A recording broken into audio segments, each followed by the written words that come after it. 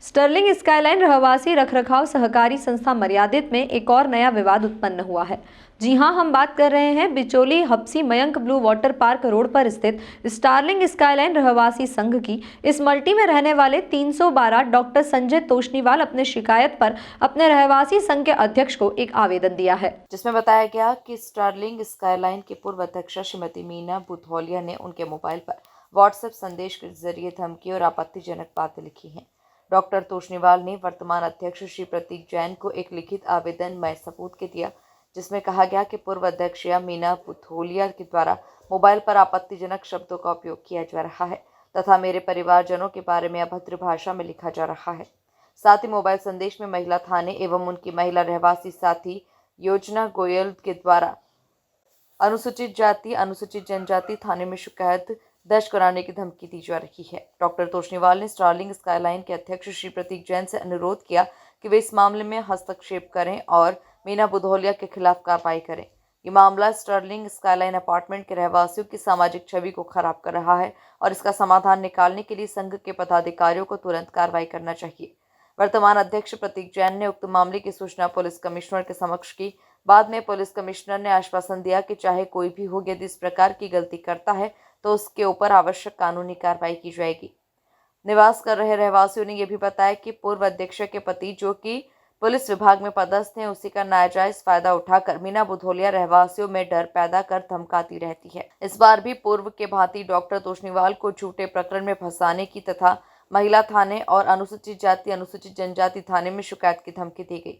पूर्व अध्यक्ष श्रीमती मीना बुधौलिया के द्वारा ब्लॉक बी के 9वें माले पर एक फ्लैट में जबरन कब्जा करने का मामला भी सामने आया। यह फ्लैट भवन निर्माता स्टर्लिंग क्रिएशन के मालिक जय चावला गौरव चावला के द्वारा बनाया गया था, जिस पर रोक लगाई गई है और इसकी जांच माननीय कलेक्टर महोदय और अन्य विभागों में चल रही है। एक्चुअली ये मैं जिस अभी मकान में रह रहा हूँ, ये मेरा 2012 का लिया हुआ है, लेकिन मैं इसमें रहता नहीं था। 2-3 साल से मैं कंटिन्यू इसी में रह रहा हूँ, इंदौर शिफ्ट होने के बाद में। लेकिन इंदौर शिफ्ट होने के बाद में मैं कंटिन्यू यहीं पे रह रहा हूँ। तो अब सोसाइटी के पूरे ग्रुप में सब मैं जुड़ा हुआ ही हूँ। तो वो जुड़ते समय ऐसा अपन सभी चीजों में इन्वॉल्व रहते हैं, ऐसा होता ही है। तो जनरली मैं एक बीजेपी का एक्टिव कार्यकर्ता वगैरह भी हूँ, लेकिन इस से रिलेटेड क्या है, मैं सोसाइटी के मैसेजेस में कुछ सोशल मीडिया पे जैसे देश हित से रिलेटेड या धर्म से रिलेटेड मैसेज शेयर करता हूँ। तो पहली बार ये मीना बुधौलिया मैडम जो है, उन्होंने मेरे को क्रिटिसाइज किया था। फिर मैंने बोला कि जान दो यार क्या है। फिर दूसरी बार तो उन्होंने इस चीज को लेकर इतना लंबा चौड़ा लेक्चर सोशल ग्रुप पे डाला कि आपके कारण हमारा सारा बाकी हम डिस्कस नहीं कर पाते, ये नहीं कर पाते, और तब भी मैंने इग्नोर किया। लेकिन अभी क्या है, 2-3 ये जो बिल्डिंग है, ये 15 साल से बनी हुई है और इसका है ना बाकी जो एक्सटीरियर है वो कुछ भी है ना, बाद में जब से रिनोवेट हुआ ही नहीं। तो यहाँ पे सोसाइटी की जो एनुअल एजीएम मीटिंग है, उसमें डिसाइड किया गया था कि इसका रिनोवेट करें ताकि सभी मामलों में बिल्डिंग के ये हो जाए, अच्छी हो जाए करके। तो फिर मैंने उससे रिलेटेड मीटिंग हुई थी और उसमें जो भी डिसाइड हुआ था अमाउंट देने का, तो ये मैडम उसके विरुद्ध में कुछ कर रही है, मैंने उसके अगेंस्ट है। तो वो ये कर रही है कुछ, काफी यानी यहाँ के लोगों को काफी अपने इन्वॉल्व करके इसका अपोज कर रही है। तो इसी चीज से रिलेटेड मेरे पास है ना 2-3 दिन पहले एक मैसेज शेयर हुआ, कहीं पर किसी ने शेयर किया। वो वैसे के वैसे मैसेज मैंने सोशल ग्रुप पे डाल दिया। अब वो सोशल ग्रुप में मैसेज डालने के बाद में इन्होंने मेरे को ऐसे ऐसे मैसेजेस किए कि अपनी लुगाई का प्रदर्शन करता है क्या तू। मैं अभी भी बता सकता हूँ, पूरी व्हाट्सएप चैट वगैरह, प्रतीक जैन का चमचा वमचा, ऐसे काफी सारे उनके। तो आपके पास में व्हाट्सएप चैट है क्या? हाँ है मेरे पास। प्रतीक जैन साहब तो सोसाइटी के अध्यक्ष है क्या, मेरी फ्लोर पे रहते हैं। और एक जस्ट हम यहाँ पे सोसाइटी में कभी किसी के मामले में पड़ते ही नहीं। और जो जैसे अब मीटिंग होती है उसमें बहुत अच्छा व्यवहार है, ऐसा कुछ इनफैक्ट मेरा तो उनसे भी अच्छा व्यवहार था प्रतीक जैन साहब के। लेकिन ये खुद ही अगर आगे चल के कोई ये करे तो फिर अपन को नहीं ये करेंगे ना, ऐसी बात। प्रतीक जैन साहब से उन्होंने तो मेरे को जो भी काम है उसमें सपोर्ट ही किया है। कुछ आरोप लगे थे प्रतीक जैन साहब के ऊपर, वो सही है? प्रतीक जैन साहब के पास क्या आरोप लगे, ये मैडम लगाती है आरोप। मुझे नहीं पता आरोप क्या है, क्या नहीं, सही है कि गलत है। और अभी तो जो ये करंट मामला है, ये तो सिर्फ रिनोवेशन से रिलेटेड है। और मैं खुद क्या, मैक्सिमम मेंबर चाहते हैं रिनोवेशन हो सोसाइटी का, क्योंकि इससे सभी बात लोगों को फायदा होगा। पहले 2 बार जब इन्होंने किया तो मेरे को किसी सोसाइटी के और मेंबर ने बोला था कि भैया इनके घर पति पुलिस डिपार्टमेंट में है तो ज्यादा इस मैटर को इन्वॉल्व मत करो। लेकिन अगर कोई सिर्फ सिंपल से रिलेटेड के लिए कि अपन रिनोवेशन के हक में है बिल्डिंग के, उस चक्कर में अपन सपोर्ट कर रहे हैं और कोई अपोज कर रहा है तो वो अपोज करने के चक्कर में जो सपोर्ट कर रहे हैं उसके फैमिली तक उसकी लुगाई उगाई तक चल जाए तो ये गलत है ना। तो मैंने सिंपल सा ये किया यार, ये तो जरूरत से आपको जरूरत किसी प्रकार से धमकाया गया है क्या? ये मैसेजेस। और हाँ, धमकाया गया है बोल तो हम वुमेन्स कोर्ट में जाएंगे, फीमेल कोर्ट में या फिर SC ST कोर्ट में जाएंगे, ये सारा ये सारे मैसेजेस दिए। अब मैं यहाँ पे पिछले अकेला मैं खुद हैंडीकैप हूँ, मैं अकेला रहता हूँ यहाँ पे मेरी बुआ जी के साथ। और अब SC ST कोर्ट और फीमेल कोर्ट में जाने के बजाय मैं बोला अपन ही खुद पहले एक कंप्लेंट लॉन्च कर दे इससे रिलेटेड थाने में कि भाई ऐसा ऐसा मैटर है करके। जब आपने थाने में इसकी कंप्लेंट हम्म। तो क्या आश्वासन दिया गया था? मैंने थाने में कंप्लेंट करने के बाद में मैं पहले यहाँ पे जो हमारे सोसाइटी के जो अध्यक्ष है प्रतीक जैन साहब, उनको भी ये दे दिया कि मैं ऐसा ऐसा करने वाला हूँ करके। और फिर थाने में दिया तो उन्होंने बोला हाँ हम इसमें कार्रवाई करेंगे। प्रतीक जैन साहब की तरफ से आपको क्या बताया गया और क्या आश्वासन दिया गया? प्रतीक जैन साहब ने इतना ही बोला कि ये गलत है करके। मैंने उनको भी सारे व्हाट्सएप मैसेजेस वगैरह दिए बताए, तो उनका भी कहना ये था कि पहले 2 बार ऐसा हो चुका है, चलो ठीक है यार अपन ने इतना ये नहीं किया, लेकिन ये अभी अपनी फैमिली तक वगैरह जाना ये बहुत बुरी बात है। अगर अब आपको जैसा लगे वैसे, मैं बोला ये लिमिट के बाहर हो रहा है जो कुछ भी हो रहा है, अगर अपन ने अभी इसमें एक्शन नहीं लिया तो फिर उन्होंने बोला ठीक है हम सब आपके साथ हैं। कहीं ना कहीं ये नहीं लगता है कि उनके पति जो पुलिस में अधिकारी पोस्ट पे पदस्थ थे, हम्म। तो उनकी सेवा जो चल रही है उनका नाजायज फायदा उठाया जा रहा है? देखो मुझे तो उनके पति पुलिस में ये भी नहीं पता था। पहले 1-2 बार मैंने उन्होंने जो मेरे को ये किया था तब मैंने ऐसे ही डिस्कस किया था, तब मेरे को पता चला कि इनकी पुलिस है बोले, और जान दो बोले ज्यादा ये हो जाएगा, इससे मैटर को ज्यादा ये मत करो। लेकिन फिर अब ये जब कोई अपनी फैमिली वैमिली तक कर रहा है तो फिर मेरे को लगा यार कोई पुलिस पदस्थ है, इसका मतलब ये थोड़ी है कि तुम किसी को भी कुछ भी बोलोगे। इससे रिलेटेड फिर मैंने अभी बोला कि एक्शन लूंगा मैं। अध्यक्ष महोदय आपके सोसाइटी के आप यहाँ पिछले 12 15 सालों से, उन्होंने सोसाइटी की तरफ से क्या वरिष्ठ अधिकारी को इस मामले को संज्ञान में दिया है? हाँ दिया है उन्होंने। किन किन लोगों को दिया है इसकी जानकारी आपको? उन्होंने इस ग्रुप पे जो हमारा सोसाइटी का जो ग्रुप है सोशल और ऑफिशियल ग्रुप, उस पे दोनों जगह डाला है ये पूरा मैटर। और उन्होंने बाकायदा लिखा है कि भाई ये जो कुछ भी हुआ वो बहुत गलत हुआ और हम आप आगे बढ़ो, हम आपके साथ हैं। अभी हाल ही में एक लेटर हमें प्राप्त हुआ है पुलिस आयुक्त महोदय के नाम, मतलब कमिश्नर महोदय के नाम से, जिसमें आपकी बातें कही गई, तो क्या लगता है कि कहीं ना कहीं आपको इस चीज का इंसाफ मिलेगा? देखो पुलिस कमिश्नर तक लेटर कैसे गया ये मुझे नहीं मालूम। मैंने अपने स्तर पे जितना हो सकता है, एक तो यहाँ के हमारे संस्था के अध्यक्ष प्रतीक जैन साहब उनको दिया और कनाड़िया थाने पे दिया। अब वो अध्यक्ष के नाते हो सकता है वो आगे बढ़ा हो, तो मुझे पुलिस कमिश्नर की कुछ आइडिया नहीं है। और मेरे ख्याल से ऐसा मैटर है तो इंसाफ तो होना ही चाहिए। आपका परिचय? मैं डॉक्टर संजय तोष्णीवाल हूँ। मैं MD मेडिसिन हूँ, MD प्लस DNB मेडिसिन। 2002 में MD पास आउट हुआ। 22-23 साल पोस्ट PG एक्सपीरियंस है मेरे को प्रैक्टिस का, और अभी इंडेक्स मेडिकल कॉलेज में प्रोफेसर। हाँ, एक्चुअल ये बहुत गंभीर विषय है इस सोसाइटी के लिए कि एक प्रतिष्ठित व्यक्ति जो प्रोफेसर से डॉक्टर है, उस पे इस टाइप का आरोप लगाना और महिला थाने की और SC ST की धमकी देना, ये बहुत गंभीर विषय है।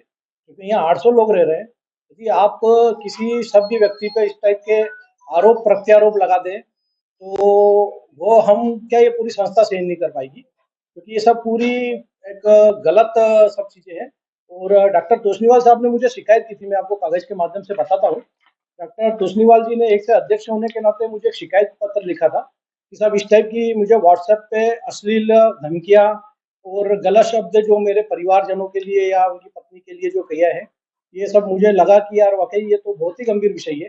तो इस गंभीर विषय के लिए उन्होंने मेरे से रिक्वेस्ट कार्रवाई करने के लिए दी, क्योंकि संस्था कोऑपरेटिव विभाग में रजिस्टर्ड है और संस्था के जितने भी सदस्य हैं जो रजिस्टर्ड संस्था है, उनका भी यहाँ पे अपना एक अधिकार है। बाकी वो अधिकार का दुरुपयोग इस माध्यम से किसी की इज्जत को लेके करेंगे तो संस्था बिल्कुल भी उसको मान्य नहीं करेगी, और हम उसके कार्रवाई के लिए आगे बढ़ रहे हैं। कहीं ना कहीं देखा जाता है कि पूर्व अध्यक्ष जो है मीना भूटिया, उनके पति एक प्रतिष्ठित और एक अपने सरकारी विभाग में पदस्थ थे, जो पुलिस विभाग में हाँ, उसमें पदस्थ थे। हाँ, ये तो बात उनको लेकर ऐसा लगता है कि वो कहीं ना कहीं अपने पति के नाम का दुरुपयोग कर रहे हैं। क्या कहेंगे? भाई साहब, मैं आपको बताना चाह रहा हूँ कि चूंकि मैं 2021 में यहाँ पे प्रेसिडेंट बना, इसके पहले वो प्रेसिडेंटा थी, और जो पुराने लोग बताते हैं कि वो एक आतंक जो है वो सर का डरा के जो श्री नलिन बदुलिया जी का आतंक डर बना के और यहाँ पे किसी को कुछ भी बोल देती थी। और अभी भी एक्चुअल क्या वो नेचर उनका गया नहीं है, तो किसी भी सभी लोगों को कुछ भी बोल देना। और अब तो उन्होंने हद ही कर दी, जो डॉक्टर तोषनीवाल को जो है वो उन्होंने शब्दावली का व्हाट्सएप में प्रयोग किया है, वो इतना निंदनीय है कि मैं आपको बता भी नहीं सकता हूँ वो व्हाट्सएप जो उन्होंने किया है। तो इस पे हम निश्चित तौर पे कार्रवाई कर रहे हैं और ये बात सही है कि किसी भी सरकारी पद की धमकी बता के और किसी को डराना धमकाना, ये भारतीय कानून का भी उल्लंघन है। आपने इस संबंध में पुलिस आयुक्त को ही पत्र लिखा है, क्या कहेंगे, क्या आश्वासन दिया गया है?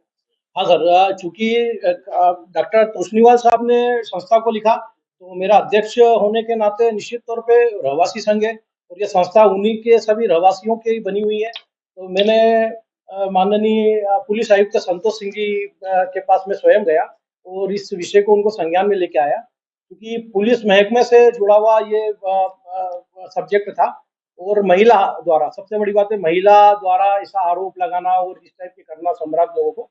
तो माननीय संतोष सिंह जी पुलिस आयुक्त ने पूरा आश्वासन दिया और उसने मुझे कॉपी दी और बोले सर अपन इस पे पूरी कार्रवाई करेंगे, यदि इस टाइप से कोई गलत हो रहा है तो निश्चित तौर पे भारतीय समाज के लिए भी ये बहुत निंदनीय है और इस पे आगे कार्रवाई होगी। और टीआई साहब को उन्होंने फोन कर दिया है और आगे जो भी इस पे विधिक कार्रवाई होगी वो हम सब करेंगे। अभी एक बात और हमें पता चली है कि आप ही की मल्टी में जो अवैध रूप से कब्जा किया है, क्या है ये पूरा मामला?